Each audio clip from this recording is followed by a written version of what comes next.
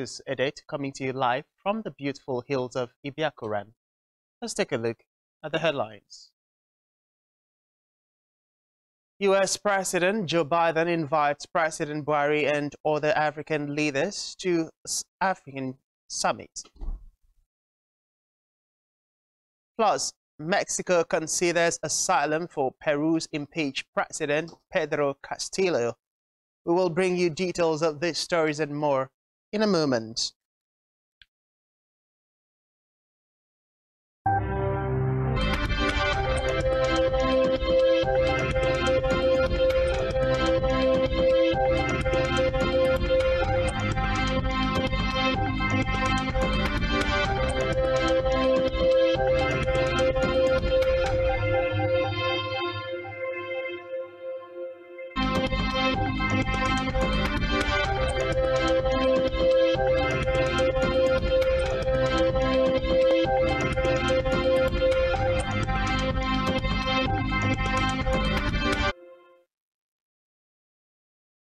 We begin this afternoon with a report that the federal government has disclosed that the second Niger Bridge would only be open to traffic from December 15, 2022 to January 15, 2023. Minister of Works and Housing Babatunde Fashola, who made this known while answering questions, the people from using the platform.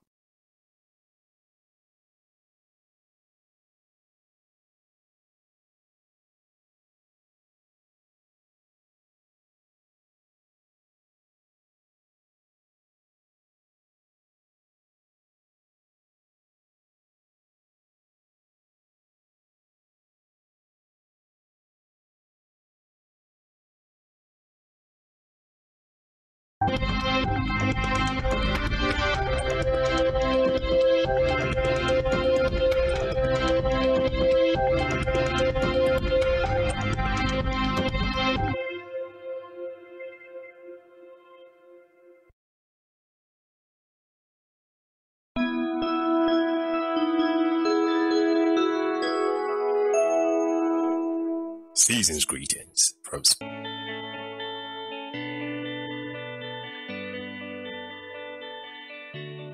Every day, we bring you up-to-date information on topical issues affecting the common Nigerian. Education, health, lifestyle, and so much more. Join Janice Kobum and Uyai Anyeken every weekday from 7 a.m. to 9 a.m. on Rise and Shine Daily.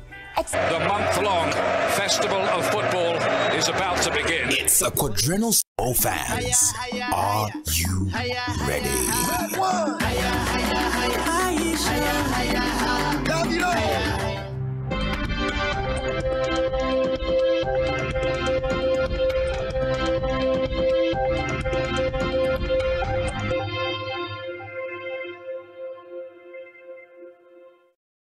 Hello and welcome to Spectrum News at 2. I am Francis Edit, coming to you live and other African leaders to African Summit. Federal government to open second Niger Bridge for 1 month during Yuletide. Plus, in a moment.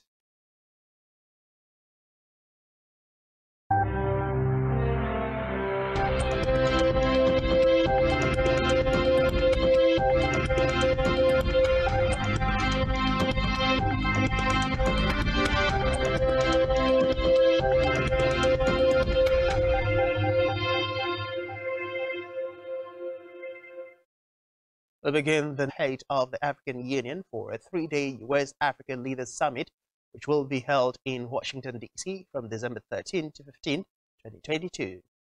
This is contained in a press statement made available to newsmen by the U.S. Embassy. Business and the diaspora, women and youth leaders is essential to addressing shared challenges. Reports say the goal of the summit will be to build and expand vital political, economic, and strategic partnerships. According to U.S. Ambassador to Nigeria, Mary Leonard, the upcoming summit presents opportunities to deepen U.S.-Nigeria bilateral ties on multiple levels. Say that the federal government will open the second Niger Bridge. Fashola made this known while answering questions from journalists in Abuja. Said the federal government is taking the main of the bridge has been completed work is still ongoing on the road linking the bridge to the major highway.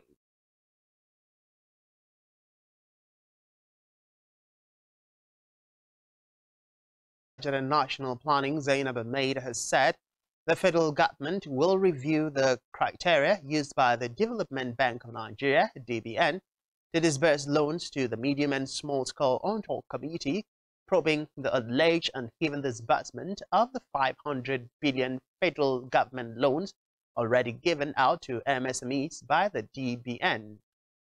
Senate President Ahmed Lawan by Sani Musa to investigate the matter. The mayor had claimed that the Southwest, especially Lagos State, had the largest number of the loan's beneficiaries. Meanwhile, the senators have demanded to access it.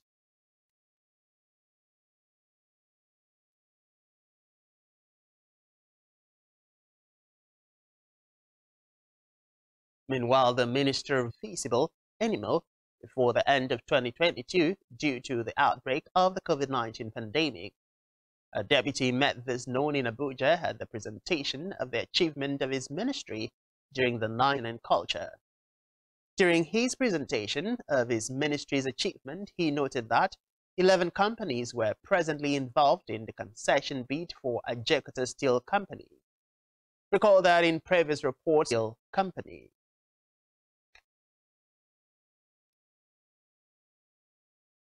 Meanwhile, the governor of the Central Bank of Nigeria, CBN, Godwin Emefiele, has said the Nigerian economy was overdue to transition seamless. Emefiele said this shortly after meeting President Muhammadu Buhari at his native hometown of Daura, Katsina State. Defending the CBN's directive while responding to the would be reviewed upwards with time. He argued that the CBN did not wish to make life difficult for Nigerians, but only sought to better the economy, adding that the CBN would publish the names of all of its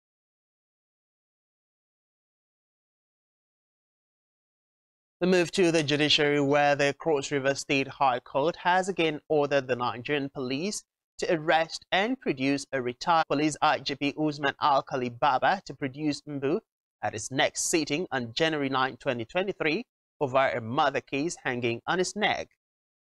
Justice Upai Ibitam issued a fresh warrant earlier this year, arraigned the former AIG over the alleged murder of Ayuk Eta Ngong of Benedge Akem, a Tung local government area of the state, on December 24th. CDS General Lucky Rabba has disclosed that security agencies are under intense pressure from all corners to compromise the elections. However, allayed fears of a curtailed process while calling on Nigerians to put their trust in the Iraba, who appeared on the ministerial media briefing anchored by the presidential communications team at the presidential villa Abuja, revealed that security personnel specifically come under pressure and obey the directive to remain neutral. Notwithstanding, he said personnel are being trained to be more professional in their dealings, while standard operations practice SOP before.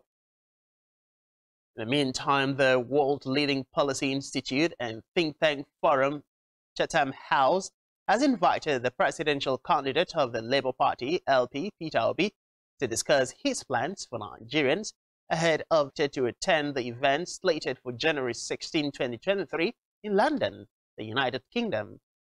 The event is part of a series of Progressive Congress. APC Bola Tinubu made an appearance at Chatham House, where he mostly delegated questions to his allies and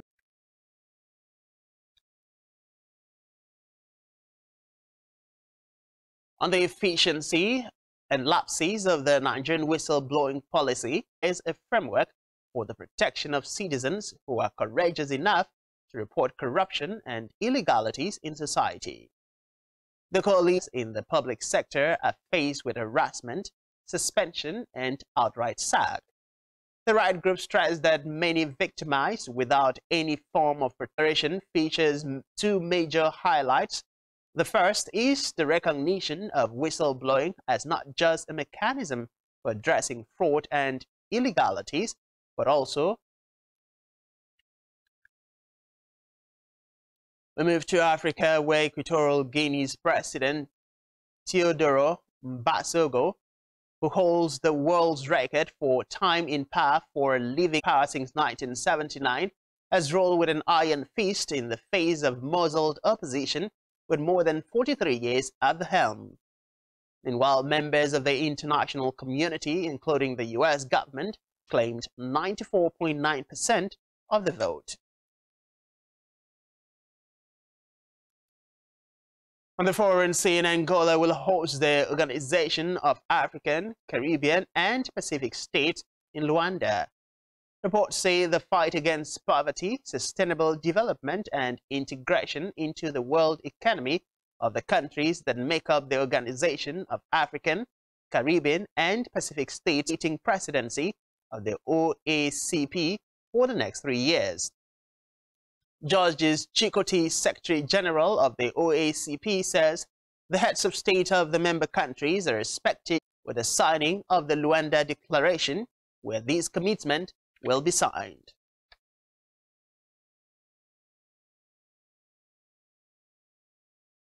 Still to come in the news, Brazil.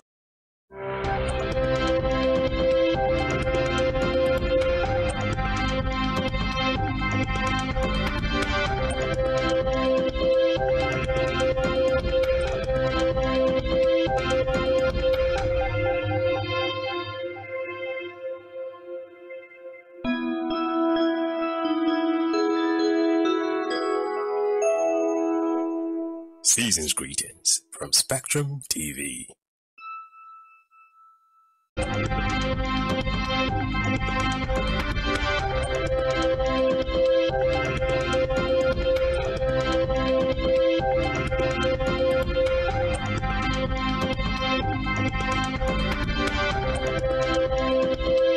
Staying tuned, we now move over to the rest of the news, starting from the foreign scene, where the Justice Department is reportedly asking a federal judge to hold Donald Trump in contempt of court for failing to comply with a subpoena issued this summer. Conducted searches at 4 locations just before Thanksgiving, finding 2 documents with classified markings at a storage facility in Florida.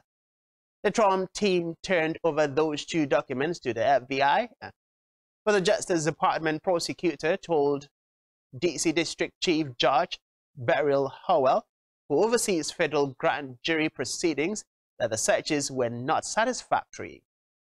Cooperate and be transparent despite the unprecedented, illegal, and unwarranted attacks by the Department of Justice. 6th-generation fighter jet designed to rival the best warplanes now employed by the likes of China and Russia, and possibly even the United States, the main ally of the trial. The lead are increasing against the rules-based, free and open international order. Meanwhile, the British government has said development of the new warplane is expected to begin in 2024, and it is expected all 3 countries are part of the U.S. 5th-generation F-35 stealth fighter program, under which all 3 fly the F-35, and versions of the warplanes are assembled in Italy and Japan. Meanwhile, Mexico says it is considering granting asylum to Peru's former president, Pedro Castillo, who was impeached, and his asylum request has been sent to Mexico's president via a lawyer. Mexican Foreign Minister Marcelo Ebrard says the 2 countries are now discussing the issue. Recall that Castillo's legislative body.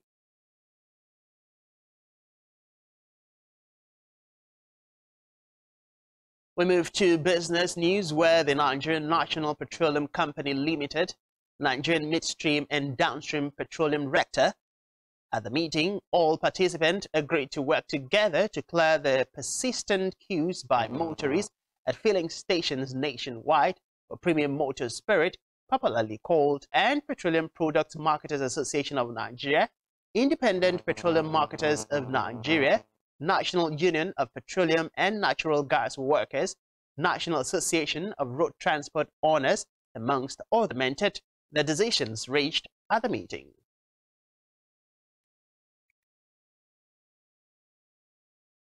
Meanwhile, the Lagos Chamber of Commerce and Industry, LCCI, has expressed concern by 3 leading global default risk rating agencies.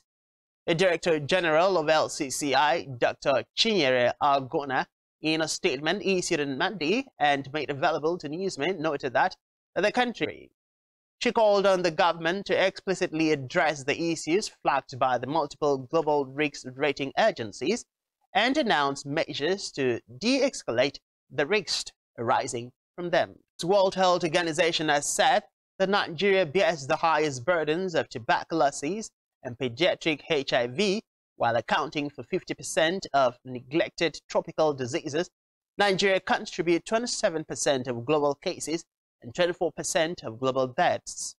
The WHO country representative, Dr. Walter Mulombo, disclosed this at the 6th annual conference of the Association's Coverage and National Health Insurance Act. He added that the Global Health Agency from Alma-Ata had continued to provide technical support to member states, including Nigeria, towards still in health. The World Health Organization says Uganda has received 1,200 doses of an Ebola candidate vaccine against the Ken region. However, said it will conduct a clinical trial by the University of Makerere with the support of the Ministry of Health in Uganda. Recall that in September 20, laboratory confirmation of the patient from a village in Madudu sub-county, central Uganda. Reports say as of November 30th, the outbreak has infected no fewer than 142 people. We move to sports, where Brazil wants to keep the dancing going at the World Cup when it faces Croatia today, with the sport in the semi-finals on the line. The Brazil coach Tite said winning is their culture and not about disrespecting their opponents. Recall that Brazilian players had said before the tournament started that they had several goal celebrations led by Luka Modric and trying to return to the World Cup final 4 years after falling short of the title against France.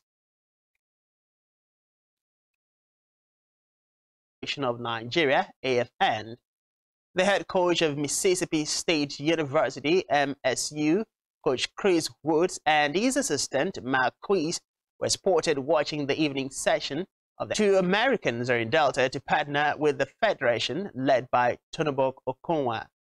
Reports say chairman of Delta State Athletics Association, Solomon Oba, who is a former AFN president, in the right place at the right time.